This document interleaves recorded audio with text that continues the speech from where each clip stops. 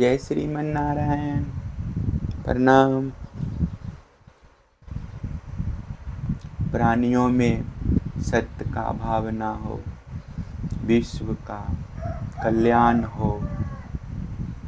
Video पूरा अंत तक सुनिएगा, आपको शांति आनंद मिलेगा।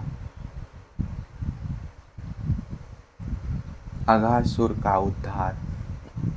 श्री सुखदेव जी कहते हैं, परीक्षित, एक दिन नंदनंदन श्याम सुंदर वन में ही कलेवा करने के विचार से बड़े तड़के उठ गए और सिंघी बाजे की मधुर मनोहर ध्वनि से अपने साथी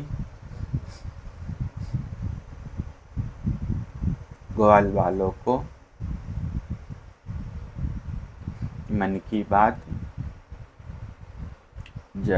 जनाते हुए उन्हें जगाया और बछड़ों को आगे करके वे ब्रज मंडल से निकल पड़े। श्री कृष्ण के साथ ही उनके प्रेमी शास्त्रों ग्वाल बाल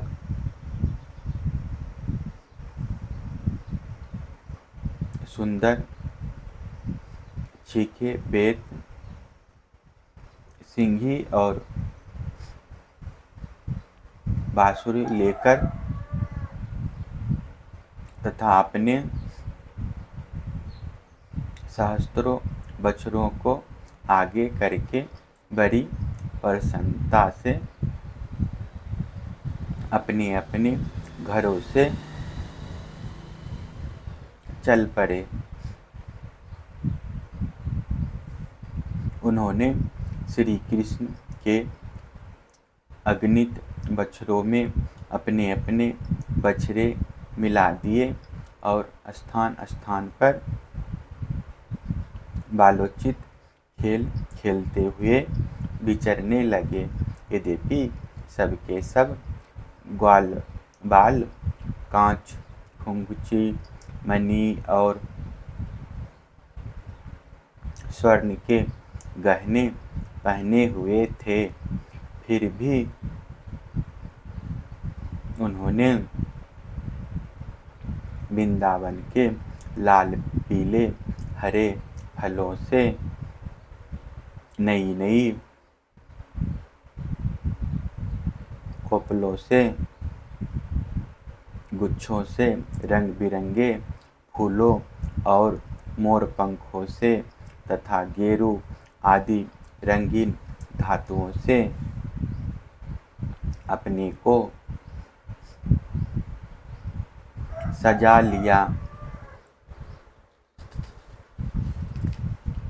कोई किसी का छीका चुरा लेता तो कोई किसी की बेत या बांसुरी। जब उन वस्तुओं के स्वामी को पता चलता तब उन्हें लेने वाला किसी दूसरे के पास दूर फेंक देता, दूसरा तीसरे के ओर, तीसरा और भी दूर, चौथे के पास। फिर वे हंसते हुए उन्हें लौटा देते। यदि श्याम सुंदर श्री कृष्ण वन की शोभा देखने के लिए कुछ आगे बढ़ जाते तो पहले मैं छूऊंगा, पहले मैं छूऊंगा, इस प्रकार आपस में होड़ लगाकर सबके सब उनकी ओर दौड़ पड़ते और उन्हें छू छू कर आनंदमग्न हो जाते। कोई बांसुरी बजा रहा है तो कोई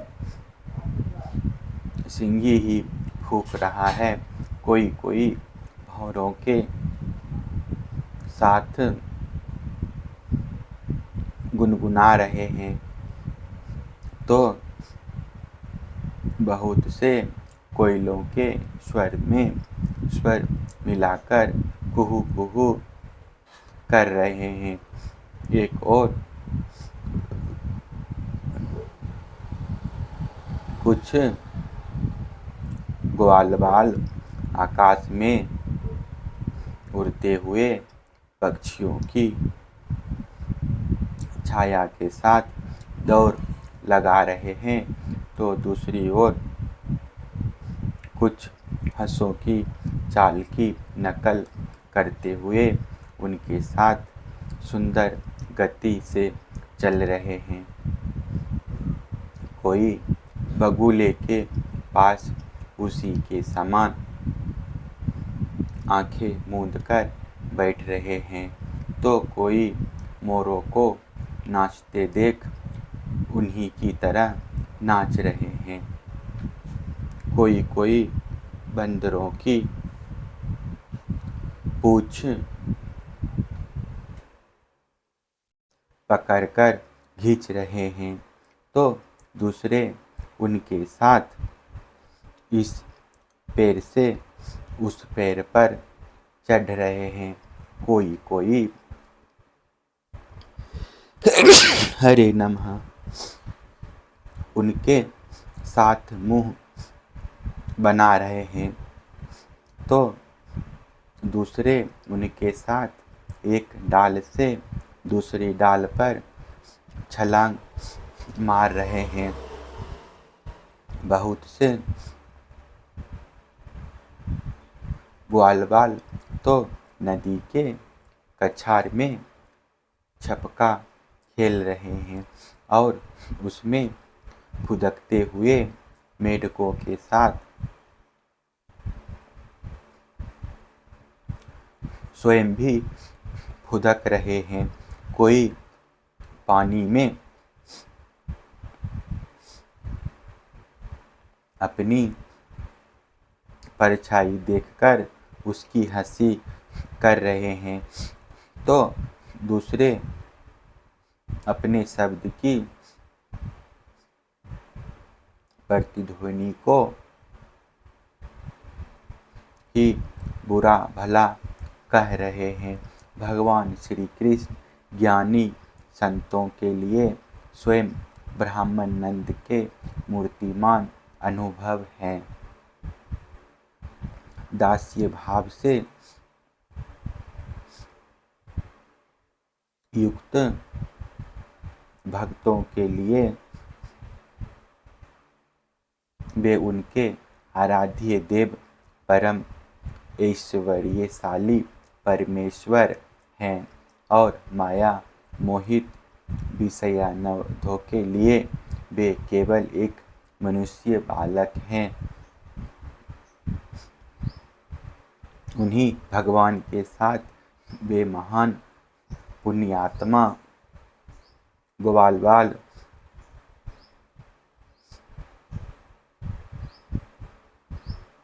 तरह तरह के खेल खेल रहे हैं। बहुत जन्मों तक श्रम और कष्ट उठाकर जिन्होंने अपनी इंद्रियां और अंतःकरणों को बस में कर लिया है, उन योगियों के लिए भी भगवान श्री कृष्ण के चरण कमलों की रज अपरपय है। वही भगवान स्वयं जिन ब्रजवासी ग्वाल वालों की आँखों के सामने रहकर सदा खेलते हैं। उनके सौभाग्य की महिमा इससे अधिक क्या कही जाए। परीक्षित, इसी समय अघासुर नाम का महान दैत्य आधम का उससे श्री कृष्ण और ग्वाल वालों की सुखमयी कीड़ा देखी ना गई। उसके हृदय में जलन होने लगी। वह इतना भयंकर था कि अमृतपान करके अमर हुए देवता भी उससे अपने जीवन की रक्षा करने के लिए चिंतित रहा करते थे और इस बात की बाट देखते रहते कि किसी प्रकार से इसकी मृत्यु का अवसर आ जाए। अघासुर पूतना और बकासुर का छोटा भाई था। कंस का भेजा हुआ था। वह श्री कृष्ण, श्री दामा आदि ग्वाल वालों को देखकर मन ही मन सोचने लगा कि यही मेरे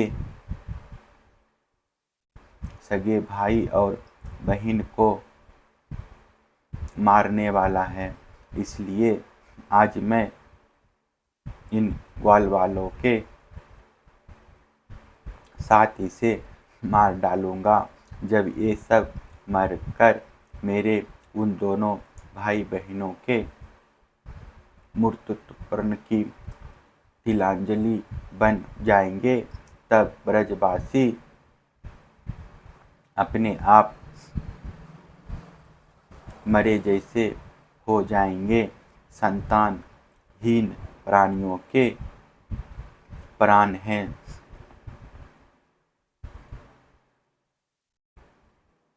जब प्राण ही ना रहेंगे तब शरीर कैसे रहेगा। इसकी मृत्यु से ब्रजवासी अपने आप मर जाएंगे। ऐसा निश्चय करके वह दुष्ट दैत्य अजगर का रूप धारण कर मार्ग में लेट गया। उसका वह अजगर शरीर 1 योजन लंबे बड़े पर्वत के समान विशाल एवं मोटा था। वह बहुत ही अद्भुत था। उसकी नीयत सब बालकों को निगल जाने की थी। इसलिए उसने गुफा के समान अपना बहुत बड़ा मुंह फाड़ रखा था। उसका नीचे का होठ पृथ्वी से और ऊपर का होठ बादलों से लग रहा था। उसके जबड़े कंदराओं के समान थे और दाढ़ी पर्वत के शिखर सी जान पड़ती थी। मुंह के भीतर घोर अंधकार था। जीभ एक चौड़ी लाल सड़क सी दिखती थी। सांस आंधी के समान थी और आंखें दवा नल के समान दहक रही थी।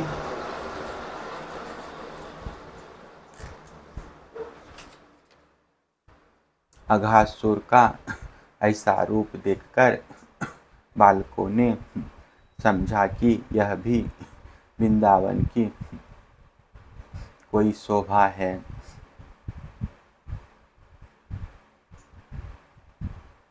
वे कौतुकवश खेल ही खेल में उत्प्रेक्षा करने लगे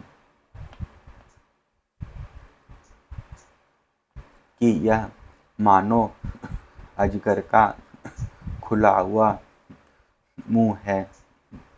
कोई कहता, मित्रों, भला बतलाओ तो, यह जो हमारे सामने कोई जीव सा बैठा है, यह हमें निगलने के लिए खुले हुए किसी अजगर के मुंह जैसा नहीं है। दूसरे ने कहा, सचमुच सूर्य की किरणें पड़ने से ये जो बादल लाल लाल हो गए हैं, वे ऐसे मालूम होते हैं मानो ठीक ठीक इसका ऊपरी होठ ही हो, और उन्हीं बादलों की परछाई से यह जो नीचे की भूमि कुछ लाल लाल दिख रही है, वही इसका नीचे का होठ जान पड़ता है। तीसरे ग्वाल वाले ने कहा, हाँ, सच तो है, देखो तो सही, क्या ये दाईं और बाईं ओर की गिरी कंदराएं अजगर के जबड़ों की होर नहीं करती, और ये ऊंची ऊंची शिखर पत्तियां तो साफ साफ इसकी दाढ़ें मालूम पड़ती हैं। चौथे ने कहा, अरे भाई, यह लंबी चौड़ी सड़क तो ठीक अजगर की जीभ सिरखी मालूम पड़ती है, और इन गिरिसिंगार के बीच का अंधकार तो इसके मुंह के भीतरी भाग को भी मात करता है। किसी दूसरे ग्वाल वाले ने कहा, देखो देखो, ऐसा जान पड़ता है कि कहीं इधर जंगल में आग लगी है, इसी से यह गर्म और तीखी हवा आ रही है, परंतु अजगर की सांस के साथ इसका क्या ही मेल बैठ गया है, और उसी आग से जले हुए प्राणियों की दुर्गंध ऐसी जान पड़ती है मानो अजगर के पेट में मरे हुए जीवों के मांस की ही दुर्गंध हो। तब उन्हीं में से एक ने कहा,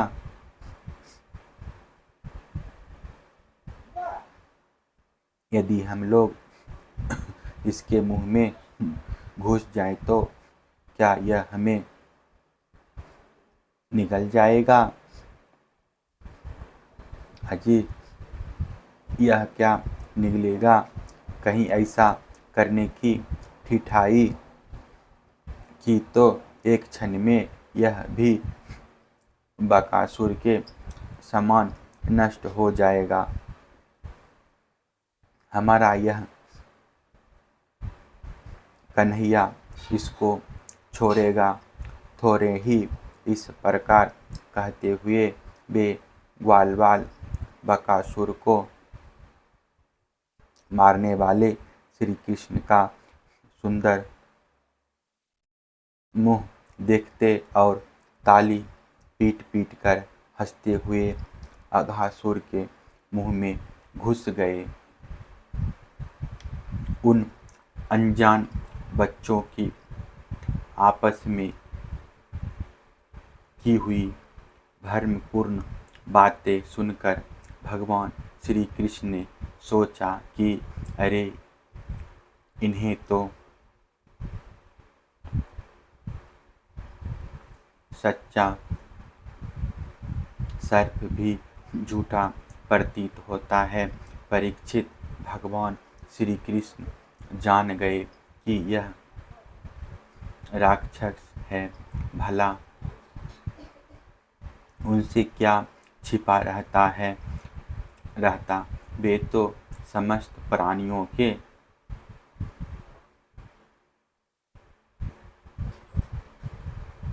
हृदय में ही निवास करते हैं। अब उन्होंने यह निश्चय किया कि अपने सखा ग्वालवालों को उसके मुंह में जाने से बचा ले। भगवान इस प्रकार सोच ही रहे थे कि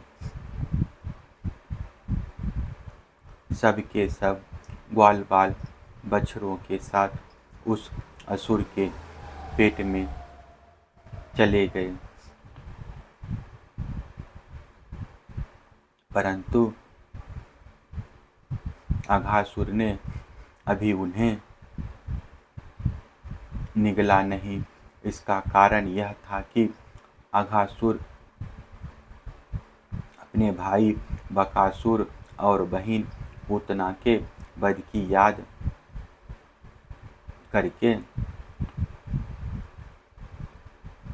इस बात की बाट देख रहा था कि उनको मारने वाले श्री कृष्ण मुंह में आ जाए, तब सबको एक साथ ही निगल जाऊं। भगवान श्री कृष्ण सबको अभय देने वाले हैं। जब उन्होंने देखा कि ये बेचारे ग्वालवाल, जिनका एकमात्र रक्षक मैं ही हूँ, मेरे हाथ से निकल गए और जैसे कोई तिनका उड़कर आग में गिर पड़े, वैसे ही अपने आप मृत्यु रूप अघासुर की जठरा अग्नि के ग्रास बन गए। तब देवकी की इस विचित्र लीला पर भगवान को बड़ा विस्मय हुआ और उनका हृदय दया से द्रवित हो गया। वे सोचने लगे कि अब मुझे क्या करना चाहिए।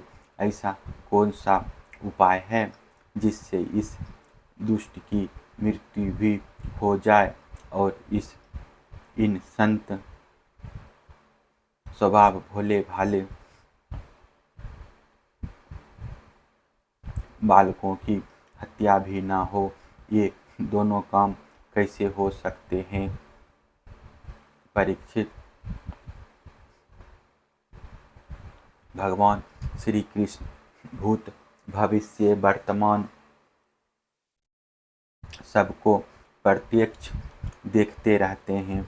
उनके लिए यह उपाय जानना कोई कठिन ना था। वे अपना कर्तव्य निश्चय करके स्वयं उसके मुंह में घुस गए। उस समय बादलों में छिपे हुए देवता भयवश हाय हाय पुकार उठे और अघासुर के हितैषी कंस आदि राक्षस हर्ष प्रकट करने लगे।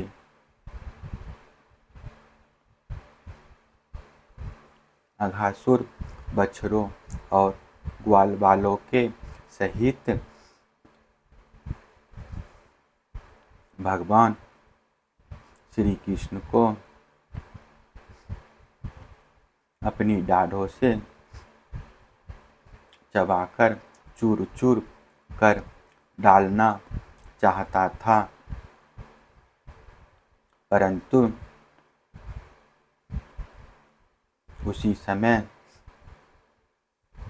अविनाशी श्री कृष्ण ने देवताओं की हाय हाय सुनकर उसके गले में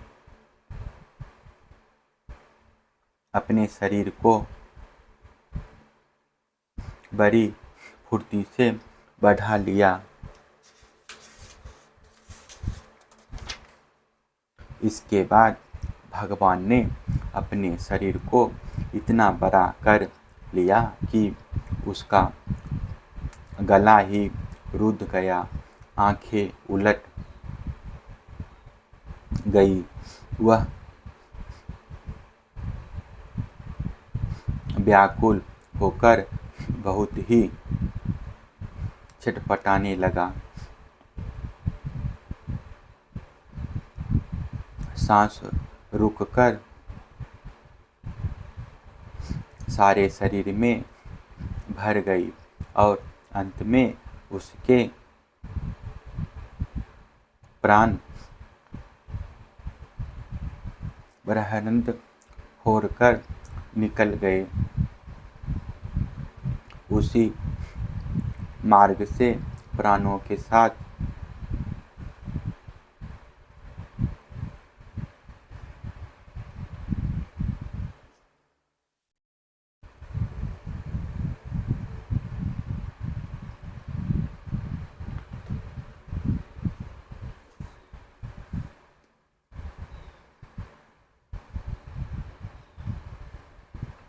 उस समय उस ज्योति के प्रकाश से 10 दिशाएं प्रज्वलित हो उठी।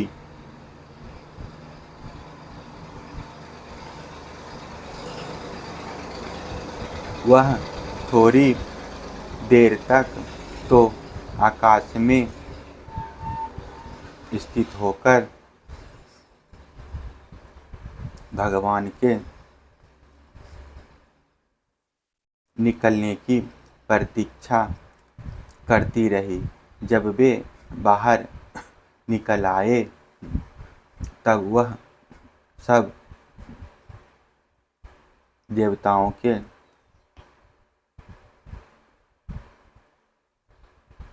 देखते देखते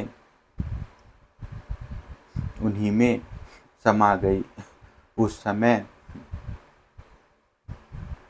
देवताओं ने फूल बरसाकर, अप्सराओं ने नाचकर,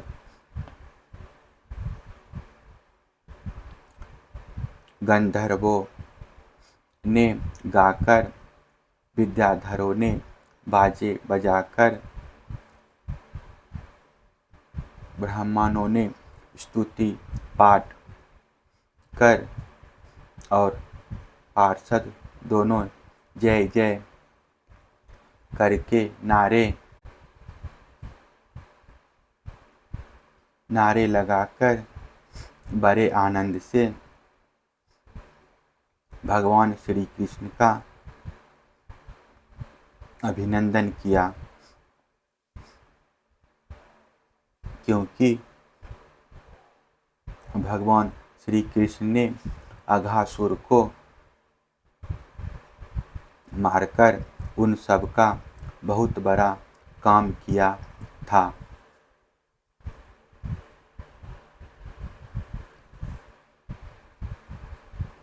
उन अद्भुत स्थितियों, सुंदर बाजों, मंगलमय गीतों, जय जयकार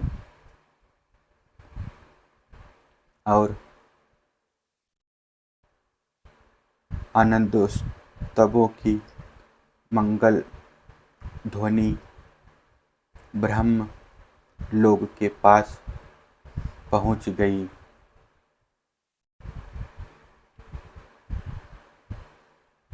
जब ब्रह्मा जी ने वह ध्वनि सुनी तब वे बहुत ही शीघ्र अपने वाहन पर चढ़कर वहाँ आए और भगवान श्री कृष्ण की यह महिमा देखकर आश्चर्यचकित हो गए। परीक्षित, जब वृंदावन में अजगर का वह चाम सूख गया तब वह ब्रजवासियों के लिए बहुत दिनों तक खेलने की एक अद्भुत गुफा सी बना रहा। यह जो भगवान ने अपने ग्वाल वालों को मृत्यु के मुख से बचाया था और अघासुर को मोक्ष दान किया था, वह लीला भगवान ने अपनी कुमार अवस्था में अर्थात 5वें वर्ष में ही की थी। ग्वाल वालों ने उसे उसी समय देखा भी था, परंतु पौगंड अवस्था अर्थात 6ठे वर्ष में अत्यंत आश्चर्यचकित होकर ब्रज में उसका वर्णन किया। अघासुर मूर्तिमान अघपाप ही था। भगवान के स्पर्श मात्र से उसके सारे पाप धुल गए और उसे उस स्वरूपीय मुक्ति की प्राप्ति हुई जो पापियों को कभी मिल नहीं सकती। परंतु यह कोई आश्चर्य की बात नहीं है कि क्योंकि मनुष्य बालक की सी लीला रचने वाले ये वे ही परम पुरुष परमात्मा है जो व्यक्त अव्यक्त और कार्य कारण रूप समस्त जग के एकमात्र विधाता हैं। भगवान श्री कृष्ण के किसी एक अंग की भाव निर्मित प्रतिमा आदि ध्यान के द्वारा एक बार भी हृदय में बैठा ली जाए तो वह सालोक्य, सामीप्य आदि गति का दान करती है। जो भगवान के बड़े बड़े भक्तों को मिलती है भगवान आत्मानंद के नित्य साक्षात्कार स्वरूप हैं। माया उनके पास तक नहीं भटक पाती। वे ही स्वयं अघासुर के शरीर में प्रवेश कर गए। क्या अब भी उसकी सद्गति के विषय में कोई संदेह है? सूत जी कहते हैं, शौनकादि ऋषियों, यदुवंश शिरोमणि भगवान श्री कृष्ण ने ही राजा परीक्षित को जीवन दान दिया था। उन्होंने जब अपने रक्षक एवं जीवन सर्व शुभ का यह विचित्र चरित्र सुना, तब उन्होंने फिर सुखदेव जी महाराज से उन्हीं की पवित्र लीला के संबंध में प्रश्न किया। इसका कारण यह था कि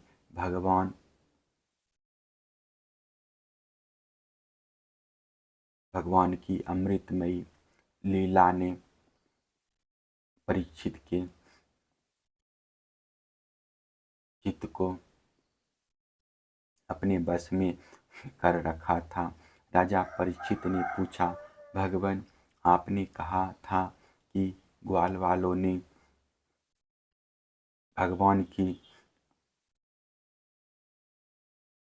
हुई 5वें वर्ष की लीला ब्रज में 6ठे वर्ष में जाकर कही। अब इस विषय में आप कृपा करके यह बतलाएं कि एक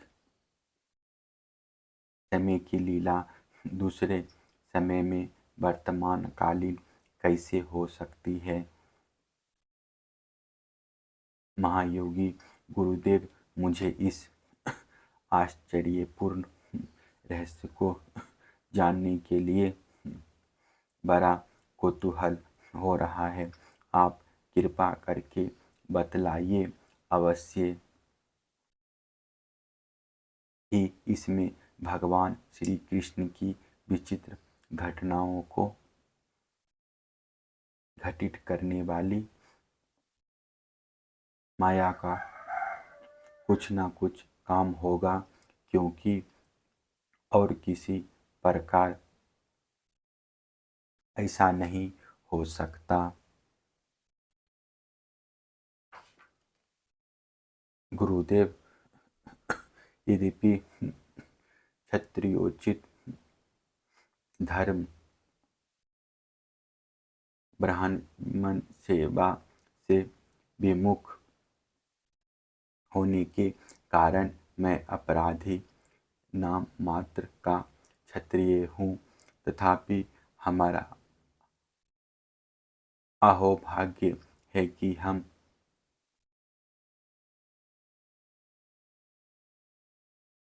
आपके